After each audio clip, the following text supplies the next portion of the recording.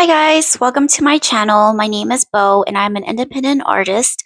Today I'll be sculpting polymer clay onto a ceramic mug, chit chat about life, and talk about my experiences. I was inspired to create this mug when I started stepping into my own world and really thought about what I wanted in this lifetime after feeling empty for so long. If you resonate with this and find this mug cool, then stick around. So how do you step into your universe? And how do you find your spark again? By being curious. Keep trying new things and feeling it out. Feel the energy in what you do. Does it bring you peace? Are you also finding the time and space to dive deeper into your universe to know what you want? As a kid, I remember drawing since grade school. I've always felt like that was part of me. Plus, being artsy ran in the family from my dad's.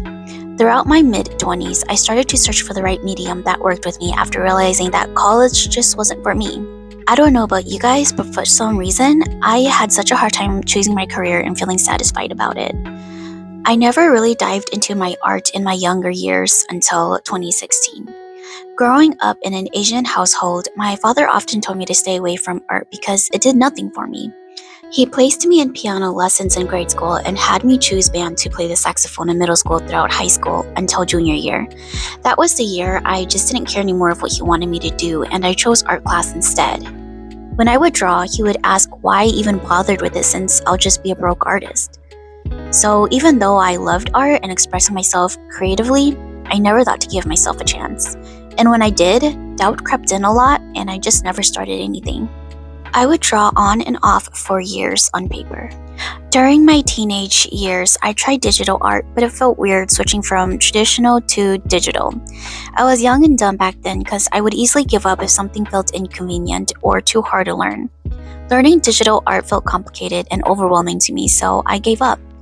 As I kept going back to drawing on paper and finding a way to express myself, I felt like there was something else missing. It felt like I wanted more and drawing wasn't enough. So I started to experiment. I tried painting and watercoloring but didn't really feel the connection with the mediums.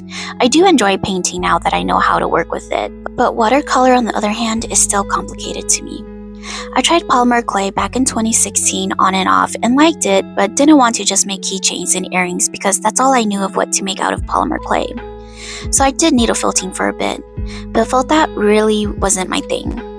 Then after that, I just stopped for the longest with everything.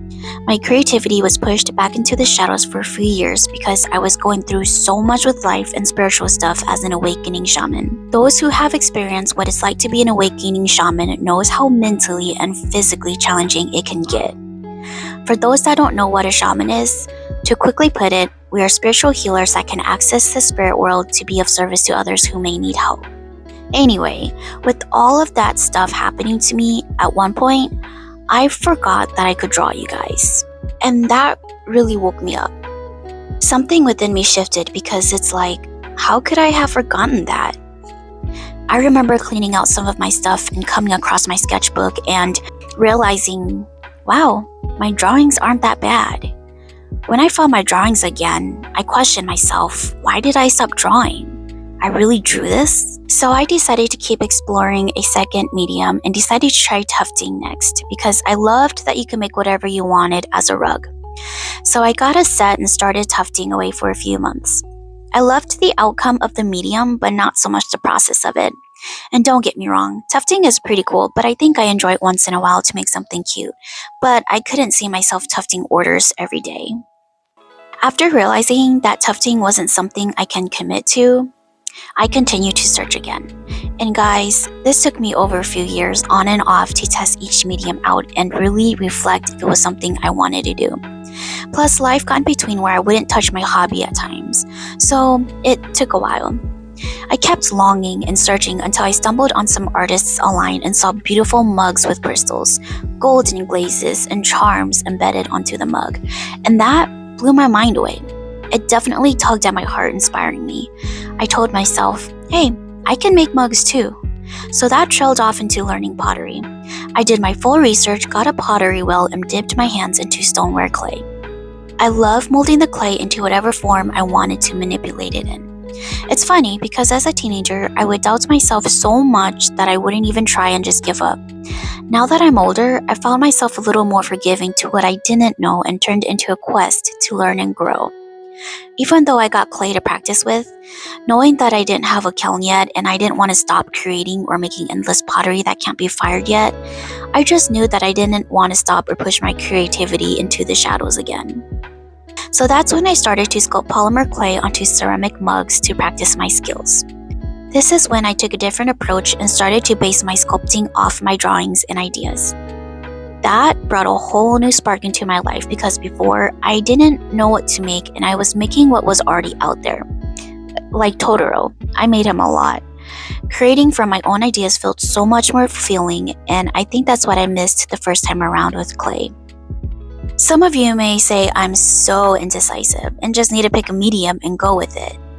But I truly believe your craft flows within you in connection with a particular medium that is wholesomely yours to create and play with. Whether that be music, dancing, writing, you make it your style, and I think that's what people want to see from.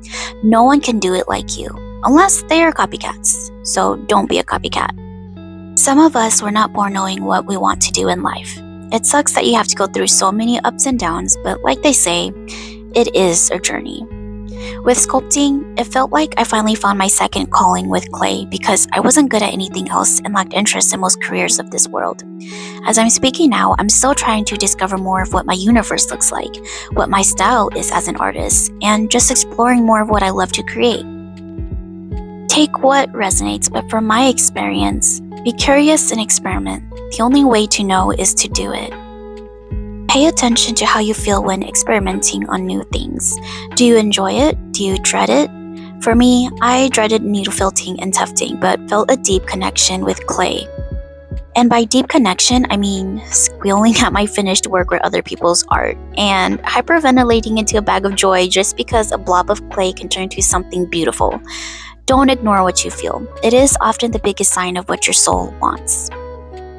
Spend some time in solitude and maintain an ease of mind. What is being influenced on the outside needs to also be worked from within to create balance for clarity. I say this because when I started to eliminate distractions from the outside, my ideas came through to me clearer. Brainstorm a list of hobbies and things you love to do that emotionally fills you. If you're not sure of this, how would you want to live your life for the rest of your days? What is something that you want to get good at? Does what you do make you lose track of time? And is it something you think of often? Reflect on what brings you peace rather than happiness. Happiness fluctuates every day, whereas peace is more grounding and sustainable. With peace, happiness will usually flow. Plan ways to integrate what you love into your daily life. It will be challenging and at times uncomfortable. But remember, our brains crave for comfort, but growth lies within the mess of the unknown.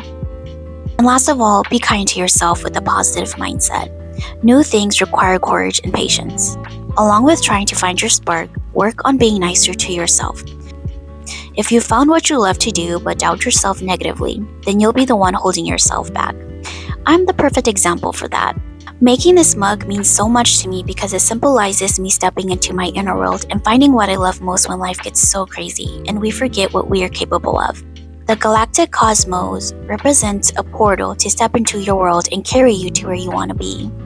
I added flowers and grass on the side to show that once I enter that portal, I will be in a lush green field with flowers all around me with the sky bright and blue. I'll walk into my cottage studio and create my day away. That's what fulfills me and brings me peace. And when I drink out of this mug, I will always be reminded of what my universe holds. I will never forget that I can draw or create with my hands again.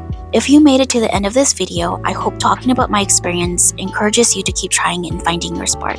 Comment below and tell me what does your universe look like. Subscribe and follow for more if you want to see more videos like this.